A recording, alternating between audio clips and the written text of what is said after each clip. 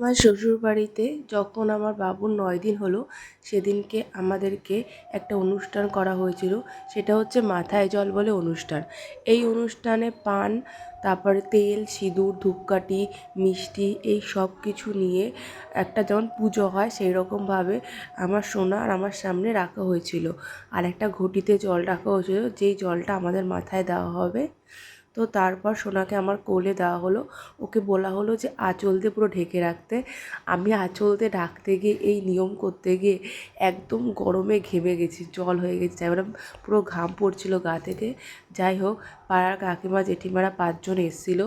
ওনারা 7 বার করে ঘুরবে আর একটু একটু করে মাথায় জল দেবে 7 বার। তো এটাকেই বলা হয় মাথায় জল। তো দেখো, আমার মা টিফিন বক্স বাজাচ্ছে। এটা হচ্ছে একটা ঝুনঝুনি বাজাতে হয়, কিন্তু যেহেতু ঝুনঝুনিটা আনানো হয়নি, তাই জন্য একটা চুড়ি ওর মধ্যে টিফিন বক্সে ঢুকিয়ে আমার শাশুড়ি মা বললো, এটা আমার শাশুড়ি মায়ের বুদ্ধি, যে ওটা বাজাতে, এটা নাকি নিয়ম। যাই হোক, শাশুড়ি মা বড়রা যেটা বলে সেটা নিয়ম পালন করতে হয়। সময়ের সাথে সাথে এই নিয়মগুলো চলে আসছে। তো যেটা যেটা বলেছে সেটা সেটা সব কিছুই মেনেছি প্রেগনেন্সির প্রথম থেকে।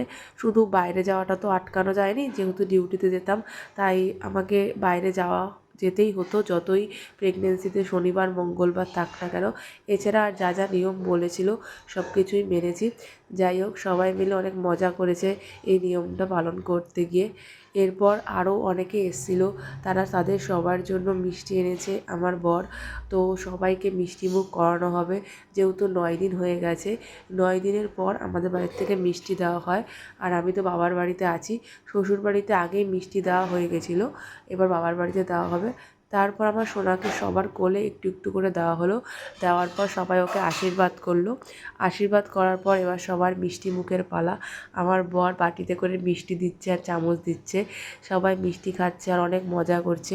খুব ভালো লাগে কোনো একটা জায়গায় সবাই মিলে একসাথে হলে পরে, আর সবাই যদি হাসি খুশি মজা করে, খুব ভালো লাগে। তো সবাই সোনাকে আশীর্বাদ করলো।